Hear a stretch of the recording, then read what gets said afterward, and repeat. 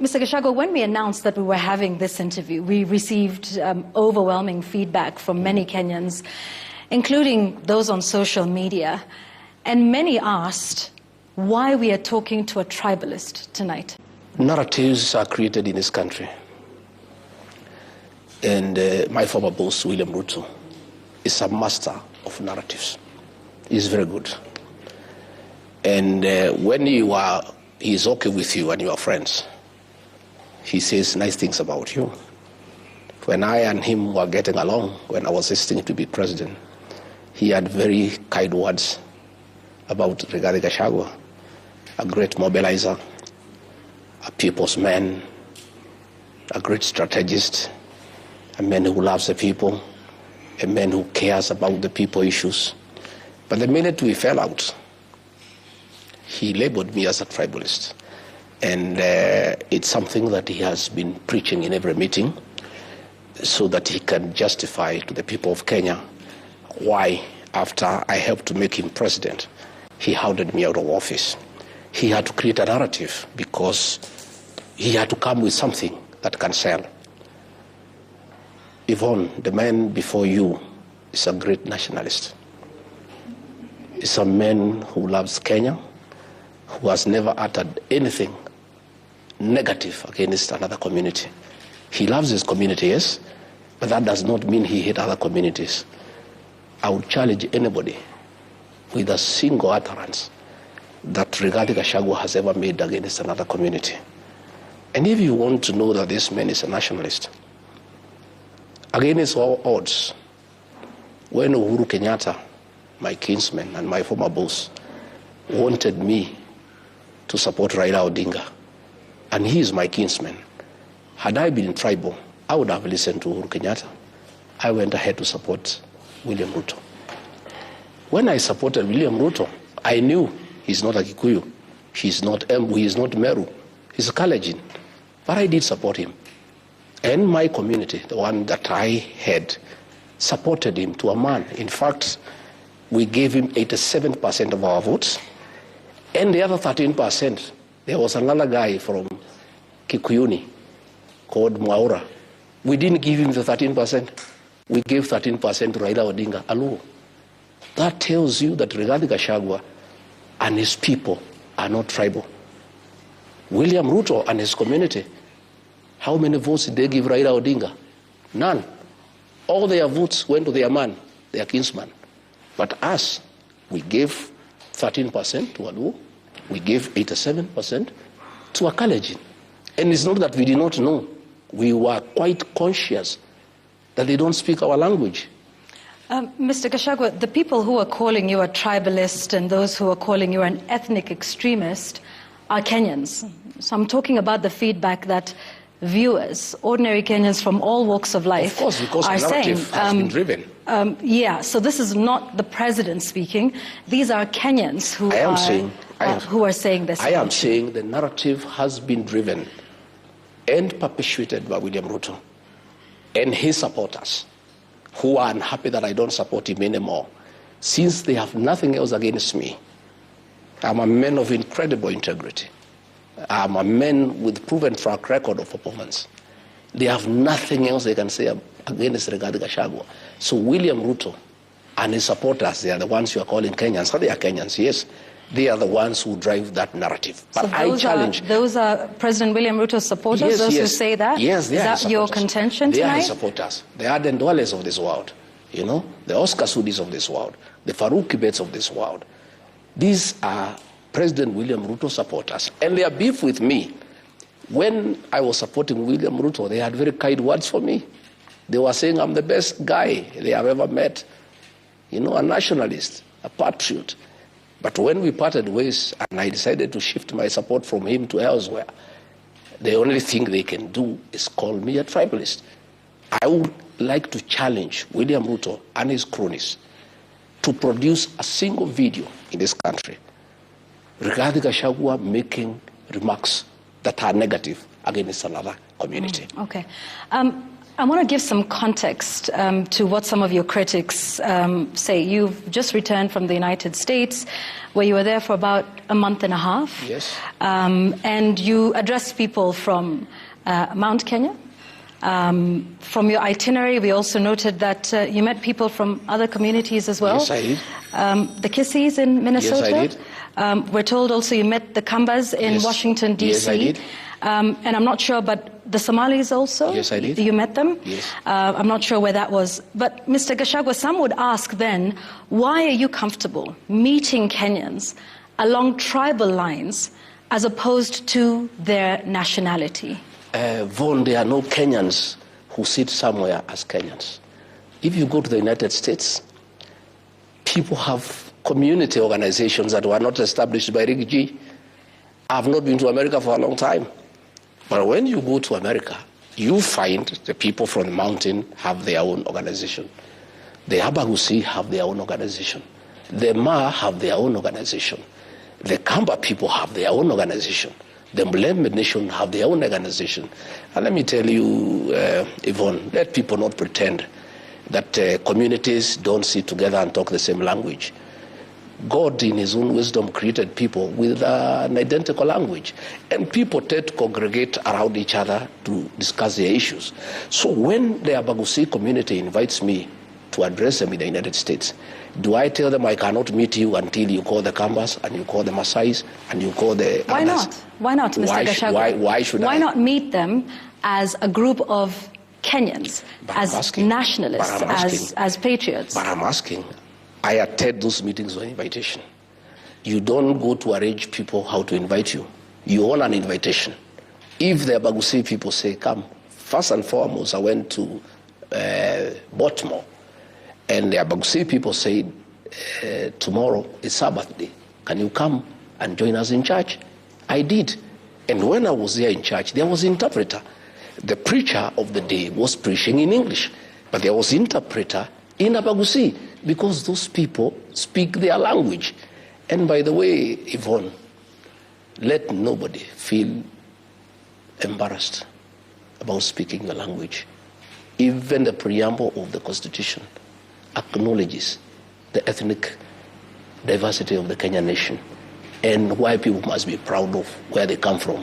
And that is why you find the Abagusi are in a church in Baltimore, and there's an interpreter to interpret the sermon in the Kisii language. That is the nature of the Kenyan nation. Mr. And there's nothing Rigathi can do about it. Mr. Gachagua, you are I imagine you think of yourself as a national leader. Yes, I am. You are the former Deputy President of the entire Republic of Kenya. Yes. As a leader, you say, you get an invitation. But even after all of that, as a national leader, do you not think you have the influence to speak to people and say that I'd like to meet all of you as Kenyans, because in as much as people organize based on where they come from and the language they speak, that is Kenyans. fair. Mr. Gachagua. Sorry. In as much as people speak the languages they do and come from the regions that they do, but there are some common shared national problems that they would have. Why not organize them or congregate them as Kenyans and then listen to their collective issues, which you can then try to seek to address? That's exactly what we did. I had two types of meetings. I had town hall meetings for all Kenyans, across 4 communities. Then there were communities that invited me for meetings to discuss issues that are unique to those communities. Because communities are not, they have their own unique issues that do not transcend across the country. And I want to ask you a question. No, I don't want to ask you, I don't want to ask you the question. But let me point out, last week, William Ruto met the Abagusi community in State House. The Kambas were not there. The Luyas were not there. Nobody asked a question. Tomorrow. Mr. Gachagua. No, I'm asking. Mr. Gachagua. I'm just saying. Allow me to interject. Yeah. I'm speaking with Mr. Gachagua tonight. No, I know. I'm just giving not an with example. President William Ruto. I'm just giving an example. Perhaps when we get to interview him, I'm just giving an example, Yvonne, that this thing happens everywhere. Tomorrow morning, the president is meeting 5,000 people from Kiambu. The people from Machakos are not there. So because he does it, then that makes it okay? Because they are coming to discuss issues that are unique to that region. Okay? So when I went to the United States, I had town hall meetings for all Kenyans put together. And they were full, packed. And we discussed issues to do with Kenya. On the sidelines, community-based organizations in the United States invited me to engage with them about their own issues, their own culture, their own traditions. There are things that do not transcend alongside all communities. When I went to Seattle, I was invited for the Gemi Festival. The Gemi Festival is a musical concert for the Kikuyu nation to dance and sing their songs that are unique to them. I would not have invited other people to come and join in the Gemi Festival because those were Kikuyu songs, people celebrating their culture, their identity, and loving it and singing all the way. But there is no one time I refused to engage all Kenyans. In all my meetings, in all the 7 states I went, I had a good town hall meeting with Kenyans across the board. All right. You may be unapologetic about positioning yourself as a champion of regional interests. But as a person who started off as Kenya Kwanza, Kenya First, are you not concerned that you're now Mount Kenya First, Mount Kenya Kwanza? I am a Kenyan and I champion the interests of Kenyans. But I do come from somewhere. And those people are Kenyans too. And their interests are also important. And doesn't mean that because I come from there, I should not articulate their interests. I must articulate their interests because I come from there. Much as I articulate the interests of all Kenyans, the people of that region are Kenyans too. And they have their interests, like all other Kenyans. And I'm not alone. All other leaders from other regions articulate the interests of where they come from. It only becomes an issue when the region I come from has issues they want articulated. I have had the Speaker of the National Assembly. I have had the Prime Cabinet Secretary championing the interests of the Western region. I've never had somebody tell them that that is tribal. I have had Aden Duale and the people from the northern Kenya articulating the interests of the people of those regions. And it is right. There is nothing wrong. I support it myself. I've never had anybody tell them it is wrong. You know, I have had people from the Lake region talking about their issues, about the issues of fish, about the issues of how to make sense and to make money out of Lake Victoria. I've never had anybody had an issue. Every region, Yvonne, has unique issues that sometimes do not reflect to other regions. So, and they need to be articulated by people of those regions. Mr. Gachagua, are you Mount Kenya First? I'm Kenya First, but I come from Mount Kenya. Because at the end of it all, Yvonne, today you are here interviewing me. When you leave here, you go back home. You are not going to stay here forever. You are here articulating national issues. You are here interviewing me. You are here doing a job. But when you finish your job, you go back home. Same with Rigathi Gachagua. I am here in Nairobi. I was in the United States articulating issues to do with this country. I'm here fighting for the interests of the Kenyan people. But on Saturday, I'll go to Amunyoro. And when I go to Amunyoro, I must listen to what the people of Amunyoro are saying because they too are Kenyans. All right. I want us to, I think we've now sorted out that issue because that may be a narrative that does not necessarily relate with the young people or the Gen Z of this nation. Let's listen. You need, Mheshimiwa, to start positioning yourself as a national leader, not as a tribal leader. And I know many people won't like what I'm saying, but it's the truth. The first mistake that has been done in this event is speaking Kikuyu. I watched a speech about you in Boston, and the speech was a good speech, but there's something you said that Kikuyus economic, are more hardworking. Are you able to put my reply? Please do that here live now. I was very happy with that young girl. To start with, my forums were not a praise and worship session. I didn't want people to come and praise and worship me and agree with me 100%. I was very happy to have negative criticism and had an opportunity to explain to the young girl that when I speak to people, my work is to give them hope and to give them encouragement.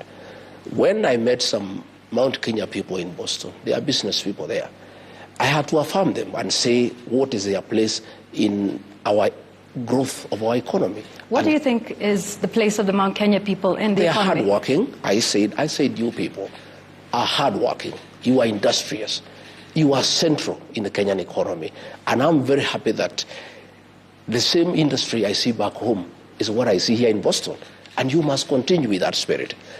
Those people who I met in Boston were from the Mount Kenya. I speak their language. I had no business speaking to them in English because I was in Boston. The fact that I was in Boston did not make me English. I was still Kikuyu. They were all Kikuyus. They had called me for a boozy in a traditional way because I'm an elder. And they said, we have an organization here from home. We want you to come as an elder. We give you boozy. And when I rose to speak to them, I spoke to them in our language. And I just talked to them about industry, about working hard.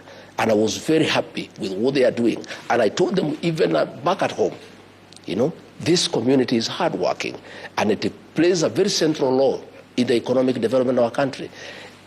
I didn't say that others don't work hard. I didn't say others are not important. And Yvonne, even you are an anchor. When I speak to you as a leader, I must affirm you. I must say, Yvonne, you are a good presenter. I must encourage you to continue. Well, it's not necessary, Mr. Gachagua, but be that as it may, I want us to, the affirmation is not necessary. But I think the question is, do you understand that is a genuine view of young people who are calling themselves tribalists and leaderless? Your defense is well appreciated, but do you hear that the young people may not want this and may see you in this way? What I told that young girl, if you had played my answer, is that her age mates back home are my fans. They understand me and they know me and they love me. Are all of them your fans? Many of them are my fans. And the ones who are not your fans, how do you address but they don't have the issue that they have with that? All of them don't have to be my fans. I persuade the ones who want to be my fans, and the ones who are not willing to be my fans, I persuade them to be my fans. Okay, so the the young people who say you are tribalist, you are an ethnic extremist, you're saying their concerns don't mean anything to you? I am not saying they are not. I am saying it's not 100% Gen Zs who think I'm tribal. Many of them think I am a great leader, I'm a nationalist. And that's when you come to my meetings, it's full of Gen Zs. And I actually give them a chance to speak. But that does not mean that girl has no right to speak. She has a right to have a contrary opinion. I'm a Democrat myself. I cannot force her to say that I'm a nationalist. If she thinks I'm not a nationalist, she's entitled to her own opinion. Right. So but I did draw her attention to the fact that Gen Zs back at home, are my people. They are my supporters because they understand me and they know that I'm not tribal. It's only that narrative has been driven, and her being away and not knowing what is going on here in Kenya when she's in the States, she has bought that narrative. But I did persuade her that that is not the case. Okay. So you believe the people of Mount Kenya are very central to the country's economy? All Kenyans are central to the economic development of our country. But the people of Mount Kenya, like all other Kenyans, play an important role. And you said central, because there's a difference between a central role and an important role.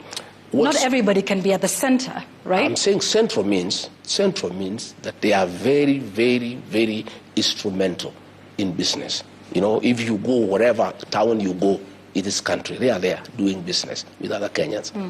And therefore they are central in that wherever town you go, if you go to Garissa, you find them there. If you go to Mombasa, you find them there. If you go to Malindi, you find them there. If you go to Leptoktok, you find there. And they live well with other Kenyans, and they do business with other Kenyans, and they are really appreciated by other Kenyans. So they do play a central role in Kenya's economic development, in that they are in every part of this country doing business.